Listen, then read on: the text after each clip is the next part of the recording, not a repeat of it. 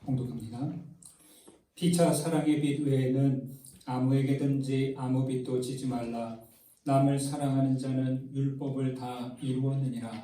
간음하지 말라, 살인하지 말라, 도둑질하지 말라, 탐내지 말라 한 것과 그 외에 다른 계명이 있을지라도 내 이웃을 내 자신과 같이 사랑하라 하신 그 말씀 가운데 다 들었느니라. 사랑은 이웃에게 악을 행하지 아니하나니 그러므로 사랑은 율법의 완성이니라.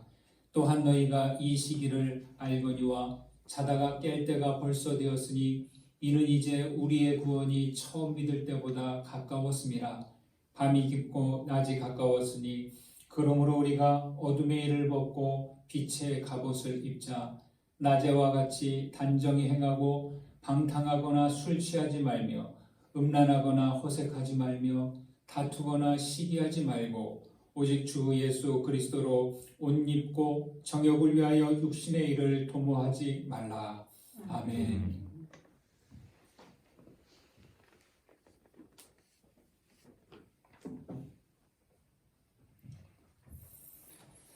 좋으신 하나님의 평강이 각 가정에서 예배하는 교우 여러분들과 함께 하시기를 주의 이름으로 축원합니다. 유례없는 한가위 명절을 지냈습니다. 설 명절 때만 해도 괜찮았었는데 이번 한가위는 바이러스 감염으로 고향을 찾지도 못하고 가더라도 대부분 오래 머물지 못하고 당일로 귀경길에 올랐다고 합니다. 고속도로엔 이동하는 차량들이 상당히 줄었고요. 휴게소에서는 포장 음식들만을 판매했습니다. 그 대신 여행지를 찾는 인파들이 증가했죠. 여름철에도 관광지에서는 그랬다고 하죠. 사람들이 안 와도 걱정, 와도 걱정이라고 했습니다. 인터넷에서는 나홀로 추석의 줄임말로 혼추라는 말이 자주 오르내리는 것을 보았습니다. 각 지자체와 마을들은 감염병 확산을 막고자 고향 방문을 줄이기 위해서 현수막을 게시했는데요. 그 현수막에 이런 문구들이 보였습니다. 얘들아, 올 생각 말고 건강이나 단디 챙겨라. 불효자는 옵니다. 지난주에 말씀드렸죠. 또 이런 문구도 있었습니다. 아들아, 명절에는 안 와도 된다. 며느라, 선물은 택배로 붙여라. 얘들아, 이번 벌초는 아버지가 한다. 오지 말고 편히 쉬어라잉. 괄호 열고 벌초 대행 안내 괄호 닫고. 저는 지인 목사님께 명절 메시지를 받았는데 이런 문구였습니다. 몸은 멀어도 마음은 가까운 추석 되세요. 지금 우리 시대를 그대로 반영해주는 그런 말들입니다. 보고픈 이들을 만나지 못하게 되니 왠지 서글퍼졌습니다. 가족 친지를 만나지 못하는 이 낯선 풍경에 우리 사람들은 이러지도 저러지도 못하고 있죠. 이런 시대에 깨닫는 것은 이런 겁니다. 그동안 평범하게 누리던 것들이 얼마나 소중한 것인지를 알게 됩니다. 당연한 일상을 누리지 못하니 참으로 불편하고 어렵습니다. 마지못해 체념하고 멈춰야만 하니 우울합니다. 어느 시인은 이렇게 말했습니다. 날아오는 제비들이 있는 한 나에게 살아야 할 까닭이 있습니다. 그 제비들이 돌아가는 바다 저쪽 강남이 있는 한 내일을 기다리는 까닭이 있습니다. 내가 당신을 그리워하는 까닭이 있습니다. 여러분에게 있는 살아야 할 까닭, 내일을 기다리는 까닭 무엇입니까? 우리에게도 돌아갈 곳이 있고 그리워하는 이들이 있기에 이렇게 살면서 내일을 기다릴 수 있는 거죠. 불가피 가지 못해 멈춰야 하고 거리를 두어야 하니 그리움만 쌓여갑니다. 그러나 언제라도 멈추면 안 되는 것이 있습니다. 거리를 두면 안 되는 것이 있습니다. 저는 다른 것은 몰라도 사랑하는 일은 멈추지 말아야 한다고 생각합니다. 살다 보면 사실은 마음조차 흐려지기도 하는데 다른 마음은 몰라도 서로를 향한 그리움과 그 사랑하는 마음은 흐려지지 않아야 하겠습니다. 몸은 가까이 하지 못하는 상황이지만 그리움과 사랑은 더 짙어지고 깊어져 가시기를 간절히 소망합니다. 오늘 말씀 10절을 보실까요? 10절을 같이 읽겠습니다. 사랑은 이웃에게 악을 행하지 아니하나니 그러므로 사랑은 율법의 완성이니라. 유대 격언에서는요, 다른 사람을 행복하게 하는 것은 다른 사람에게 향수를 뿌리는 것과 같다, 이런 격언이 있습니다. 우리가 사는 곳을 행복한 곳으로 바꾸고 싶다면 어떻게 하는 것이 좋을까요? 가장 좋은 방법은 사랑의 향수를 뿌리는 것 아닐까 하는 생각을 합니다. 행복은 어디에서 시작하냐? 바로 사랑하는 마음에서부터 시작합니다.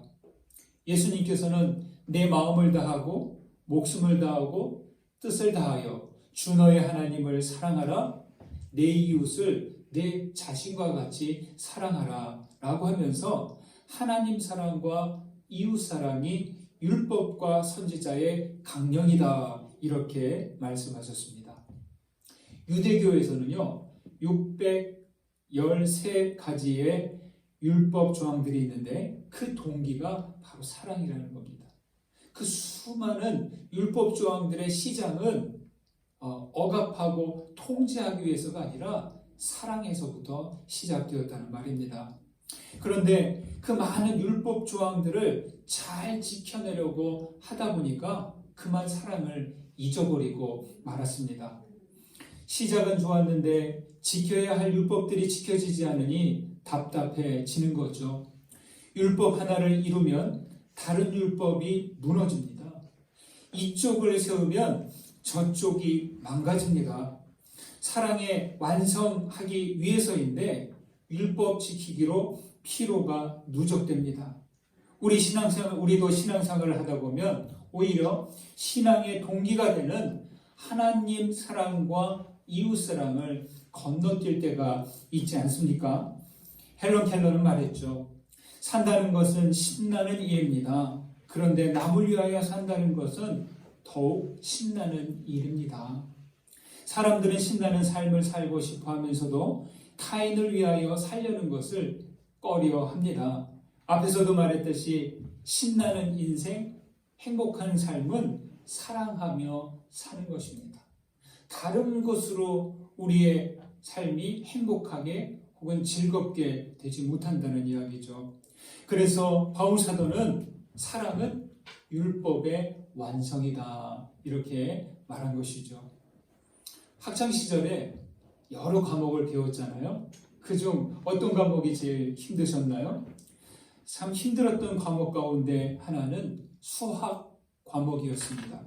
처음엔 풀기 위해 공식만 알면 된다고 생각했습니다. 그러나 가면 갈수록 수학은 공식으로 되는 게 아니라 무엇보다 원리를 이해해야만 했습니다. 원리를 알아야 공식도 이해되고 복잡한 문제도 풀 수 있었던 것이죠. 사람들은 그런 방식으로 삶을 살려고 하는 것 같습니다. 공식 몇 개만 알면 인생의 문제들이 풀어질 것처럼 말입니다. 그래서 부자가 되는 공식, 명예와 권력을 얻는 공식을 찾습니다. 수치를 넣으면 답이 나오는 수학 공식처럼 인생의 해답도 그런 식으로 풀어가려고 하는 것이죠. 하지만 우리네 삶은 얼마나 복잡합니까?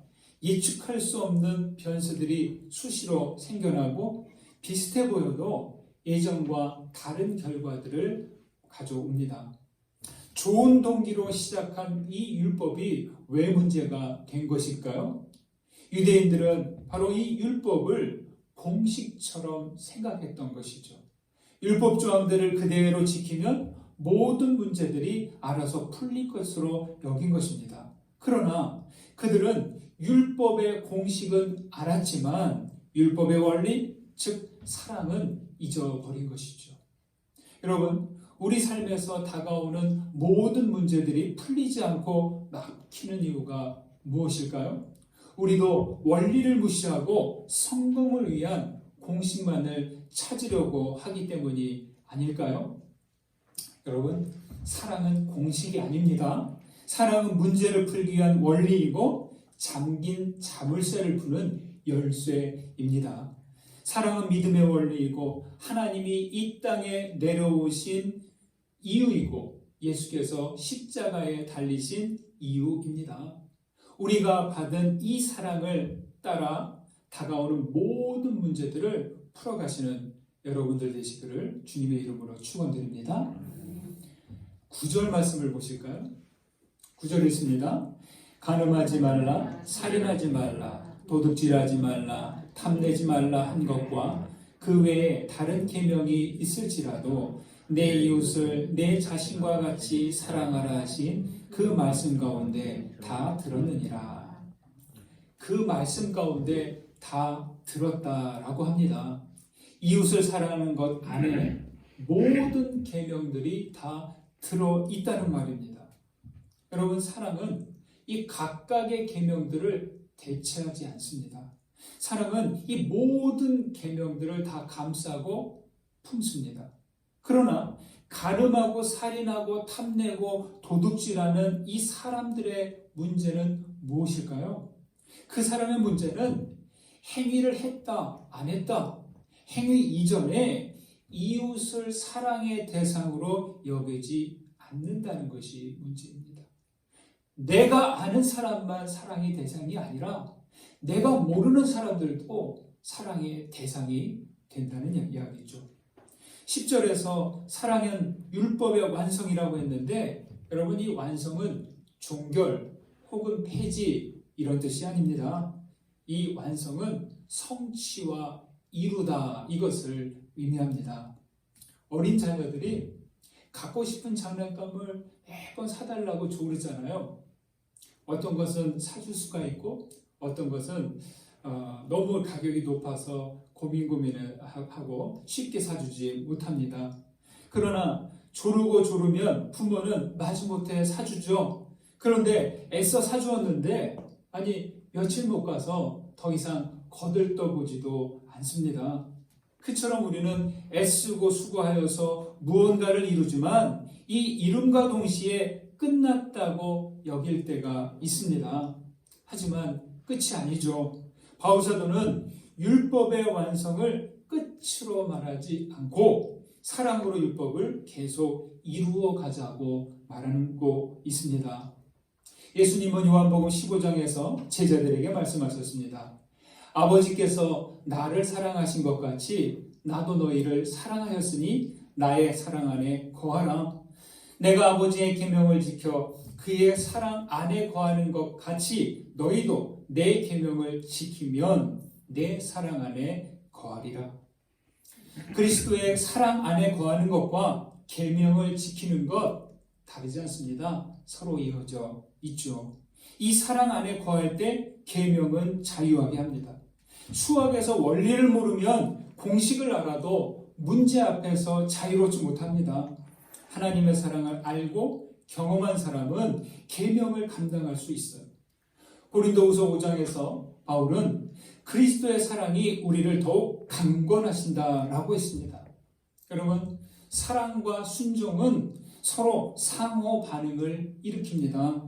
그리스도를 사랑할수록 주님을 더 순종하고 순종할수록 주님을 향한 지식과 사랑도 자라가는 거죠. 또 요한복음 14장에서 주님은 이렇게 말씀하셨죠. 사람이 나를 사랑하면 내 말을 지키리니 내 아버지께서 그를 사랑하실 것이요 우리가 그에게 가서 거처를 그와 함께 하리라. 여러분, 하나님을 더욱 사랑하고 그리스도의 사랑 안에 거하시기를 바랍니다.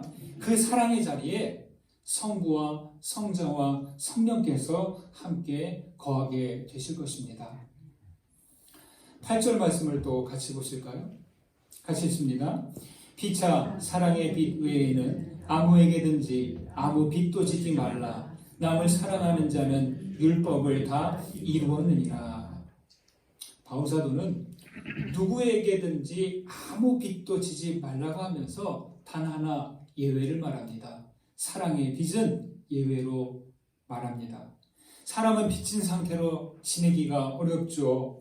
돈을 빚지지 않고 살 수는 있을지 몰라도 사랑을 빚지지 않고 살 수는 없습니다. 젊은 시절에는 몰랐는데요. 이제는 해가 가면 갈수록 나의 삶이 사랑으로 진 빚이 많아져 가고 있구나, 이것을 깨닫습니다. 2001년에 나온 영화 아름다운 세상을 위하여 라는 영화가 있습니다. 제가 감명 깊게 보았던 영화 가운데 하나인데요. 주인공으로 트레버라는 소년이 나옵니다. 트레버는 엄마와 단둘이 살고 있는데요. 트레버의 엄마는 낮과 밤에도 가리지 않고 일하고 혼자 힘으로 아들을 키우고 있습니다. 그러니까 이 트레버는 어때요? 늘 혼자 있게 되죠. 학교 끝나고 집에 가도 집에 아무도 없어요. 엄마는 낮에 일이 끝나면 곧바로 밤에 일을 하러 가기 때문이죠. 트레버가 중학교에 올라갔습니다. 첫 학기 사회과목 선생님은 한 학기 동안 실천할 과제 한 가지를 내줍니다. 이런 과제예요. 세상을 바꿀 아이디어를 하나 내고 실천에 옮기기. 이게 숙제예요. 반 친구들은 가볍게 생각합니다. 그냥 누구 어려운 사람한테 조금 도와주면 되지, 청소 좀 하면 되지, 마을에 쓰레기 정도 주스면 되지, 잔디 깎기 좀 하면 되지, 이런 식으로 생각하는데 트레버는 아주 멋진 아이디어 하나를 제출합니다. 자기가 3명의 사람에게 힘 닿을 정도로 큰 선행을 베풀고 선행을 받은 사람은 다시 다른 3사람에게 선행을 베풀게 하는 겁니다. 그런 식으로 계속 가면 언젠가 이 사회가 아름다워질 것이라 확신하고 행동에 옮깁니다. 트레버는 제일 먼저 어떤 일을 하느냐, 거리에 노숙자들이 있잖아요. 그 중에 약물 중독으로 이렇게 힘들게 된 분이 있어요. 노숙자인데 그 노숙자 한 사람을 자기 집으로 데려와서 씻게 하고 먹이고 재워주고 또 자기가 가지고 있는 얼마 안 되는 돈을 줍니다. 두 번째로 그 다음은 불량한 아이들에게 시달리는 친구를 도와주다가 얻어맞기도 하고, 세 번째는 홀로 지내는 엄마와 담임 선생님을 연결시켜 주려고 애를 씁니다. 버거운 일인데도 트레버는 용기를 내어서 힘껏 돕습니다. 도움을 받은 사람들의 반응은 시큰둥합니다. 그런데 그들이 어느 날 다른 사람을 돕고 도움받은 사람이 다시 또 다른 사람들을 돕습니다. 몇 개월이 지난 어느 날 기자 한 사람이 이 트레버를 찾아와서 인터뷰를 요청합니다. 그 기자는 어떤 일이 있었냐면 4개월 전에 범죄 현장을 취재하던 중에 자기 차가 부서져서 오도 가도 못하는 신세가 되었어요. 그런데 갑자기 자기를 바라보고 있던 어떤 신사가 자기 차를 타고 가라고 기자에게 자동차 키를 주는 거예요.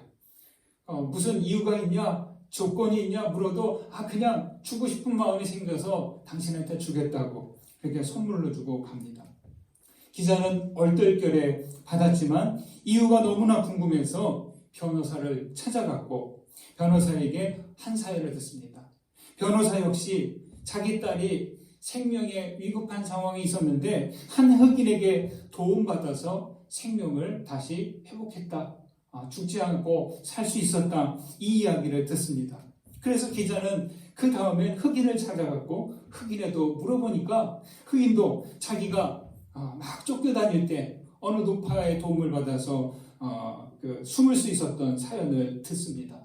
기자는 그런 식으로 계속 그 다음 사람을 찾아가서 사연을 듣고 그 사람에게서 들은 또 다른 사람을 찾아가서 사연을 듣고 그렇게 찾아가다 보니까 트레버에게까지 온 것이죠. 정말 영화 같은 이야기입니다. 영화의 마지막은 슬프게도 이 트레버가 죽는 것으로 마치지만 모든 이들에게 감동을 주기에 충분한 내용입니다. 여러분, 나비의 날갯짓이 지구 반대편에서는 태풍이 된다는 말처럼 한 소년이 실천한 사랑의 행동이 퍼져가면서 커다란 파도가 물결이 된다는 이야기죠. 등장인물들의 삶이 전부 바뀌지는 않았어요. 그래도 저마다 받은 사랑을 다음 사람에게 실천하는 그 일들, 그 하나하나가 세상을 아름답게 만들어 갔습니다. 영화의 우리말 제목은 아름다운 세상을 위하여이지만 원 제목은 Pay It Forward입니다. 영화에서는 빚을 갚다 이런 말로 payback, 내가 돈을 빚었으면 이거를 돌려준다 할 때 payback이라고 말합니다. 그러나 pay it forward, 이거는 준 사람에게 되갚는 게 아니라 다른 사람에게 갚으라는 뜻이죠. forward, 앞으로, 뒤로 보내는 게 아니라 앞으로 보내라, 이런 뜻이죠. 여러분, 저 역시 사랑으로 진 빚이 많은 사람입니다. 그중 한 가지를 여러분에게 말씀드리고 싶습니다. 아주 오래전 1988년 88 서울올림픽이 열리던 해 저는 신학교 2학년이었습니다. 뜨거운 가슴으로 신학교에 들어갔지만 막상 들어가 보니까 넘어야 할 산들이 한두 개가 아님을 알았습니다. 저의 소명의식이 점차 흐려졌고 또 무엇보다도 학비를 감당하기 힘들 정도로 저희 집안 형편이 힘들었습니다. 막막했죠. 세상은 올림픽을 개최하고 들뜬 분위기였지만 저는 집에서 끙끙대면서 진로를 고민했습니다. 제가 고민한 중에 끝에 정한 것은 휴학계를 내고 군대에 가자. 진로는 그 다음에 고민해보자 였습니다. 사실 그 결정은 현실 도피와도 같았습니다. 군 입대를 핑계 삼았지만 저는 목회자의 길, 신학의 길을 가고 싶지 않아서 핑계를 대고 도피하려는 의도였죠. 그런데요, 하나님께서는 다른 길을 준비하시고 다른 길로 저를 인도하시려고 하셨습니다. 다음 날이었어요. 전화 연락을 받았습니다. 어떤 연락이냐면 어느 교회 교우 한 분이 신학생 한 사람을 위해서 졸업할 때까지 학비를 지원하겠다, 이런 연락입니다. 그 학비를 지원하겠다고 하는 소식이었고 추천을 받아서 3단계를 거쳐서 저에게까지 옵니다. 바로 한 단계도 아니고 추천을 받아서 3단계를 거쳐서 저에게까지 연락이 온 겁니다. 참 정말이지 너무나 감사한 일이었고 그 도움으로 저는 신학교 과정을 무사히 마칠 수 있었습니다. 나중에 저를 후원하시는 그분을 만나 사연을 들어보았습니다. 그분이 이렇게 말씀하시는 거예요. 자기에게도 자녀들이 있는데 모두 장성해서 학업을 마친 일이 하나님께 너무너무 감사했다는 것이죠.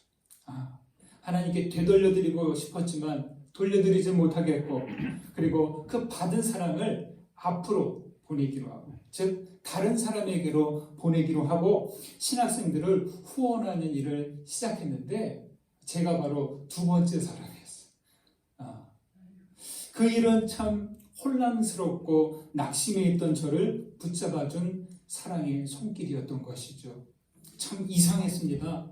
그 사랑의 손길은 그때만이 아니라 그 이후 갈림길에서 고민할 때마다 저를 인도했고 사람들을 너그럽게 생각할 수 있게 해 주었습니다.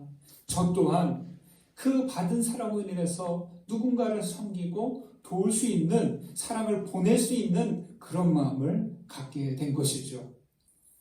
여러분, 우리들 저마다의 삶은 빚진 인생일 수밖에 없습니다. 누구는 빚지고는 못 산다고 하지만 다른 것들은 되돌려줄 수 있다고 해도 사랑은 되돌려줄 수 없습니다. 그러나 사랑을 되돌려줄 수 있는 방법이 하나 있어요. 그것은 내게 사랑을 준 그 사람이 아닌 다른 사람에게 주는 것이죠. 뒤로 돌려주지는 못해도 앞으로는 돌려줄 수 있어요. payback은 못해도 pay it forward, 앞으로는 줄 수 있습니다. 청년 시절 저를 후원한 그분의 섬김이 바로 Pay It Forward였고 그 일은 세상을 아름답게 하는 일이 되었던 것이죠. 여러분, 사랑은 강물과 같아요. 한 방향으로만 흐르는 강물처럼 나에게 온 그 사랑도 앞으로 흘러가도록 하는 것입니다. 믿는다, 나에게 신앙이 있다, 이건 뭐예요? 하나님께 받은 사랑, 예수 그리스도에게 받은 사랑, 그것을 또 다른 누군가에게 흘려 보내주는 것이죠. 19세기의 철학자 아미엘은 이렇게 말했습니다. 인생은 짧아서 함께 여행하는 이들의 마음을 기쁘게 해줄 시간이 별로 없다. 그러니 지체 없이 사랑하고 서둘러 친절하라. 이렇게 말했죠. 또 톨스토이는 이렇게 말합니다. 오직 사랑에 의해서만 영혼에 도달할 수 있다. 이렇게 말합니다. 여러분, 우리 인생은 길어요, 짧아요? 물론 사람들마다 다르겠지만 인생은 짧아요. 그래서 우리는 지체 없이 사랑하고 친절해야 합니다. 또한 우리는 믿음으로 영생을 얻었죠. 영생을 얻었으니 그 영혼에 도달해야 합니다. 어떻게 도달할 수 있나요? 오직 사랑으로만 우리 영원이신 하나님께 나아갈 수 있는 것이죠. 여러분, 사랑은 삶의 원리입니다. 사랑은 모든 것을 품습니다. 모든 계명들이 그 안에 있습니다. 바이러스 유행으로 거리를 두고 지내야 하지만 사랑의 거리만큼은 멀어지지 않아야겠습니다. 예수 그리스도는 하나님 아버지의 사랑을 우리에게 보내주셨어요. 우리 또한 받은 사랑을 지체 없이 앞으로 보내야 하겠습니다. 지체 없이 사랑함으로 우리 주변이, 여러분의 주변이 아름다운 세상으로 밝아져 가게 되기를 주님의 이름으로 축원드립니다. 받은 은혜 감사하면서 거듭의 기도 드립니다. 말씀 가운데 울림이 되고 또 깨달아진 거 있으면 붙드시고 하나님께 기도하시기 바랍니다. 기도하겠습니다.